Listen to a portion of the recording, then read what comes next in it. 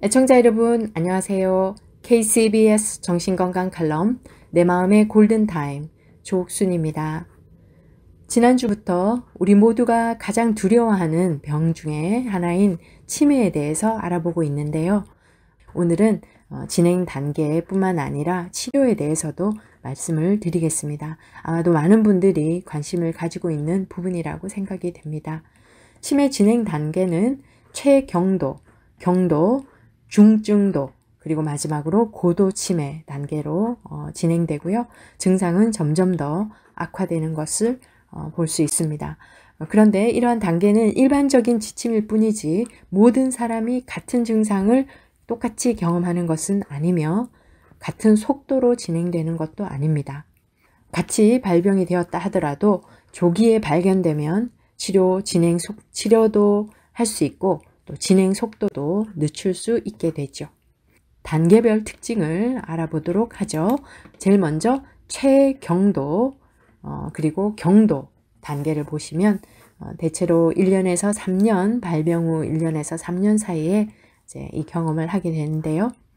제일 눈에 띄는 증상은 단기 기억의 손상입니다. 즉 최근의 기억이 자꾸만 어려워진다는 거죠.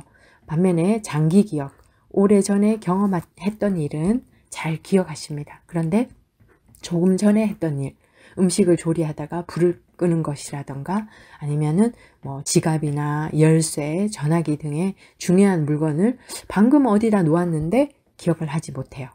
그래서 물건을 사러 갔는데 뭘 사러 갔는지 잊어버리는 경우, 냉장고를 열었는데 뭘 꺼내려고 했던지 기억을 못한다던가, 그쵸?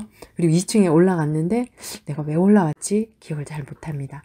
그래서 이제 이렇게 최근의 기억이 점점점 흐려지고 기억을 하기가 어렵고, 일상생활이나 사회생활은 나름대로 하고는 있지만 시간이 지나면서 서서히 기능이 떨어져서 누군가의 도움을 자꾸만 받는 그 횟수가 늘어나기도 합니다.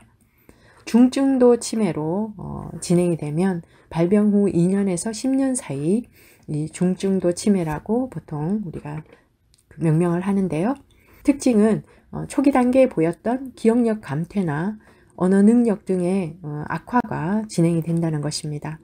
그리고 사회적인 판단, 좀 이성적인 판단을 하기가 어렵고요.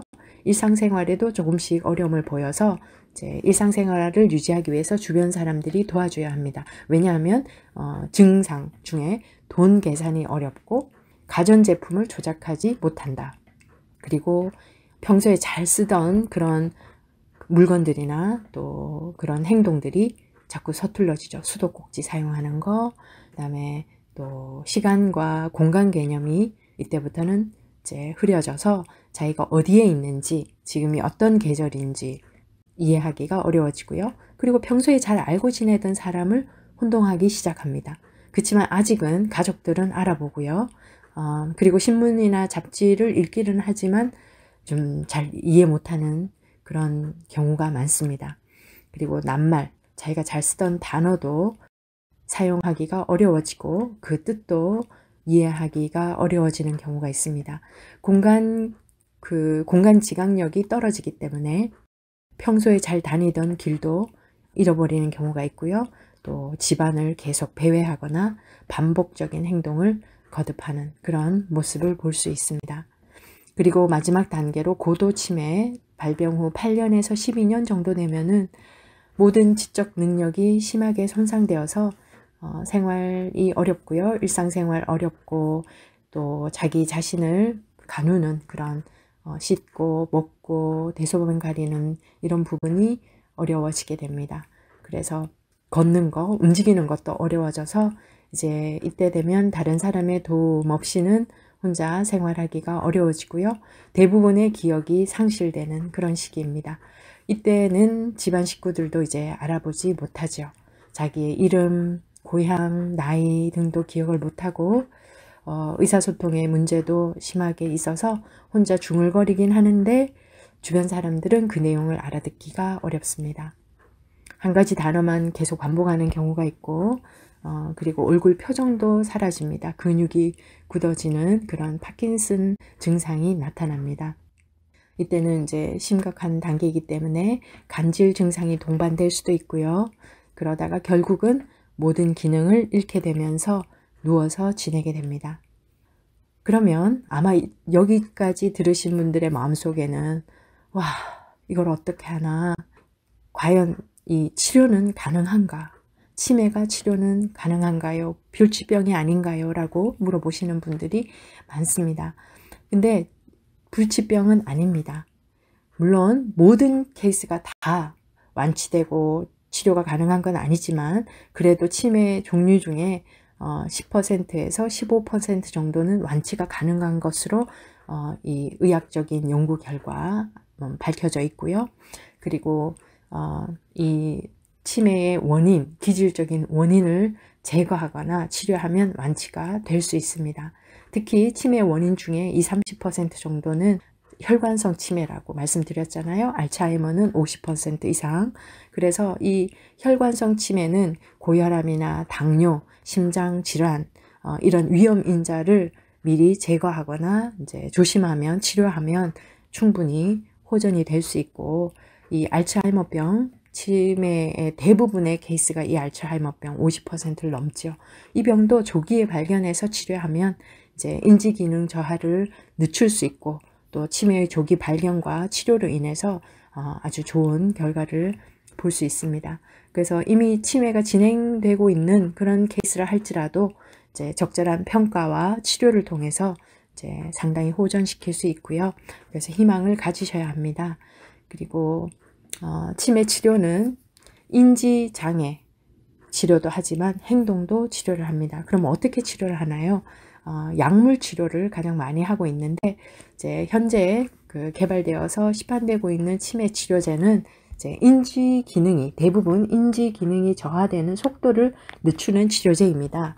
그래서 알츠하이머 병의 치료제로 사용되고 있는 그런 약물들을 나한테 정말 그 본인에게 적합한 약물을 찾아서 이제 이 속도를 늦추는 그런 도움을 줄 수 있고요. 근데 이제 이러한 약물들은 처음에 뭐 구토라든가 아니면 뭐 설사라든가 이런 위장장애 부작용을 보일 수 있지만 그래도 지금까지는 대체로 안전하게 사용될 수 있는 그런 연구 결과들이 많이 나와 있습니다. 그리고 약물 치료가 많이 되어지고 있지만 비약물적인 치료도 있어요.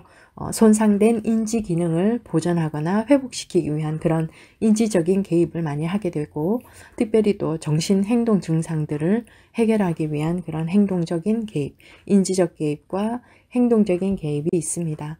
그래서 인지 증상이나 행동 증상을 경감시키는데 이제 이러한 요법들을 쓰는 건데요. 뭐 예를 들면 인지적인 개입으로는 이제 시간차 회상 훈련이라던가 이제 기억을 재활시키기 위해서요. 그리고 현실 감각 훈련, 회상요법 등이 사용됩니다. 그리고 치매는 인지 기능 장애 외에도 이제 의심하는 행동이라던가 공격적인 성향이라던가 불안, 우울과 같은 그런 행동이나 아니면 심리적인 장애가 동반되거든요. 그래서 특별히 인지적인 기능 저하보다는 이 난폭한 행동이나 초조해하고 잠을 못 자고 배회하고 하는 이런 행동들이 치매 환자들을 돌보는 보호자들을 더욱 힘들게 만드는 요인이 되죠.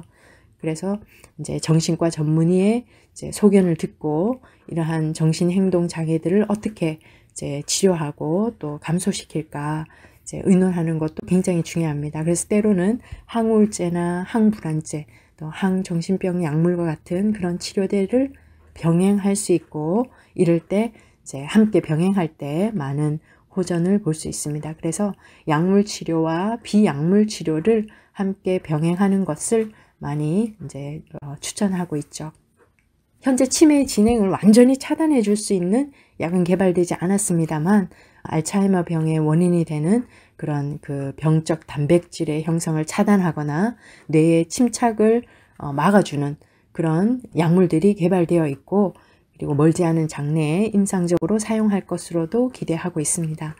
그래서 모두 희망을 가지시기 바랍니다.